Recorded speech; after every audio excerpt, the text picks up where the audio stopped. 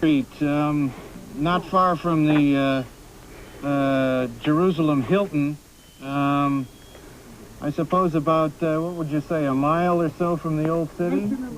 Yeah, just about a mile west of the Old City, I think, from the Jaffa Gate in the Old City. Very much... You could hear it now. Peter, we're hearing explosions now in Tel Aviv.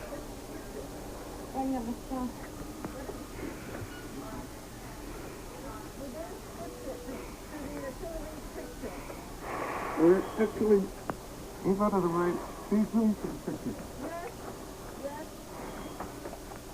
This is a camera on the roof of the ABC News Bureau in Tel Aviv, which is looking down at the Central Market. It is about 2:30 in the morning. Let's listen to what we can hear.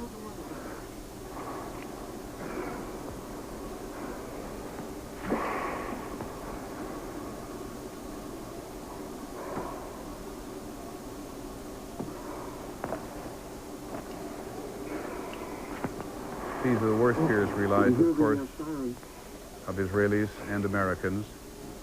Saddam Hussein had said from the outset that he was going to try to engage the Israelis if the war came. And of course, now that the war is in its 24th hour, perhaps people were beginning to relax. They'd expected him to counterattack or attack against the Israelis early on. Very much a worst-case scenario for Israel and for the Middle East in general. The Israelis have said... Peter, go ahead, Dean. Peter, can you hear me? I can. Go ahead. I would point out that this would, if this is really what we think it is, that it will prompt virtually a certain Israeli retaliation, and the potential now for a wider conflict, I dare say, is there. Dean, we can hear sort of bangs, explosions in the background. Can you give us any sense of what those are? I can't, Peter. I really don't. I don't think it's fair to speculate. We can hear them too. There was a missile attack, Dean. The radio confirms. Radio confirms, Peter, that it was a missile attack. Or there is a missile attack. Or actually, the way they're putting it is there is a missile attack. And there's sort of a crack every few seconds. Is that actually what sounds to you like a new explosion every few seconds?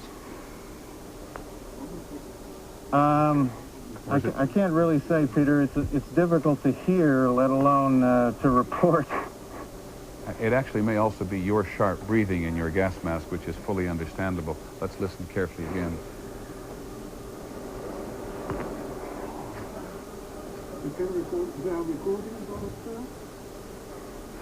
I think that's what you were hearing.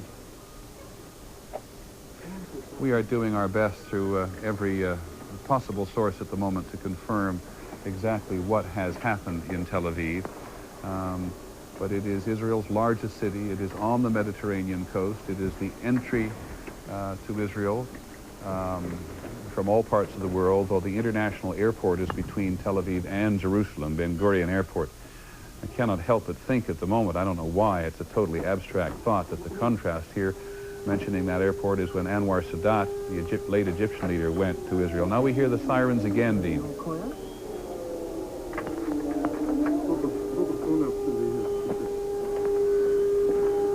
Are those in Jerusalem or Tel Aviv again, Dean? It's Tel Aviv again. We're picking up the audio from Tel Aviv. He can hear it. No, he can't.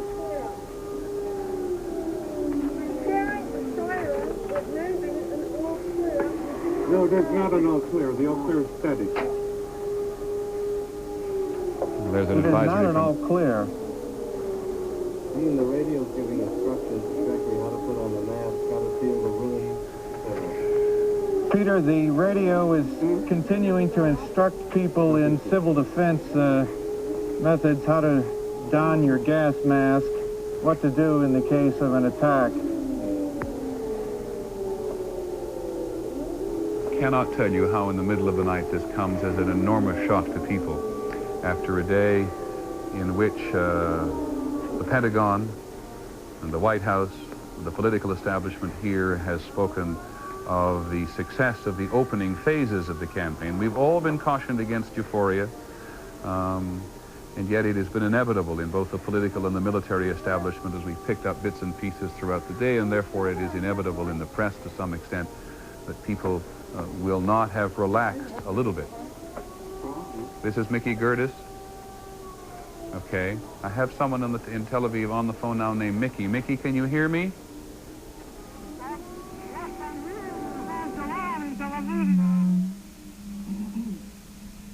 Nikki?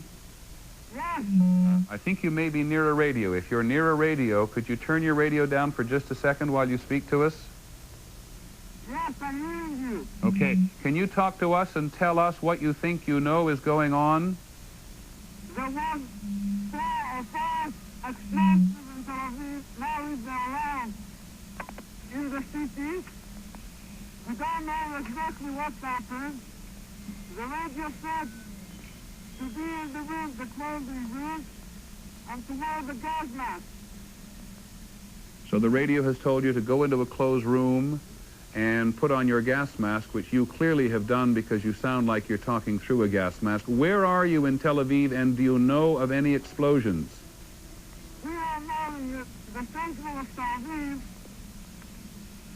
I heard that explosive, I think, I know, but I'm not sure. You're in the north. I have to speak with you because we are not in a safe room. You're on the north side of Tel Aviv? We are in the center of Tel Aviv. In the center of Tel Aviv. That's where here all the newspapers in the Israel. We need to close now because we need to go to a safe room. Okay, thank you very much, Mickey, for taking this time. Please go to the closed room. Someone identified as Mickey, or perhaps it is Nikki in Tel Aviv, saying they're in the center of Tel Aviv, listening, as clearly all Israelis are at the moment, to the radio as they get a variety of instructions from the government on what to do. John McCreffy in Washington, you can confirm this. Maybe we don't need confirmation, but can you add any details? I can't add details, Peter, but I can tell you that the U.S. government is confirming that there has been a missile attack on Tel Aviv. Of course, the implications of that, as Dean Reynolds has already pointed out, are enormous. The implications, as Dean Reynolds talk about, come from the Israelis having said repeatedly in the last days and weeks that if there is an attack on Israel, the Israelis will respond 100-fold. They said it as recently as last weekend. You may recall that the Bush administration sent a very senior State Department official, Lawrence Eagleberger, over to Israel before the beginning of Operation Desert Storm to ask the Israelis to hold back if they were attacked. He got pretty much the cold shoulder. General Trainer, this raises, aside from the political implications which this raises at the moment, widening the war in the Middle East, this raises some instant military problems in that if the Israelis wanted to attack the Iraqis now, the skies over Iraq and Kuwait are full of American aircraft. That's correct. We don't know if there's been any arrangement made on airspace management between the Israelis and the U.S. At least there's been none made publicly. So there is the possibility of a confusion if the Israelis elect to attack. But I have to say that I'm sure that this eventuality was part of the contingency thinking of the American Air Control Authorities, and I think perhaps this is a manageable task. After all, we do have the AWACS operating there and very sophisticated command and control systems governing use of the airspace. So it's not necessarily disastrous in terms of managing the air battle, but it is potentially dangerous.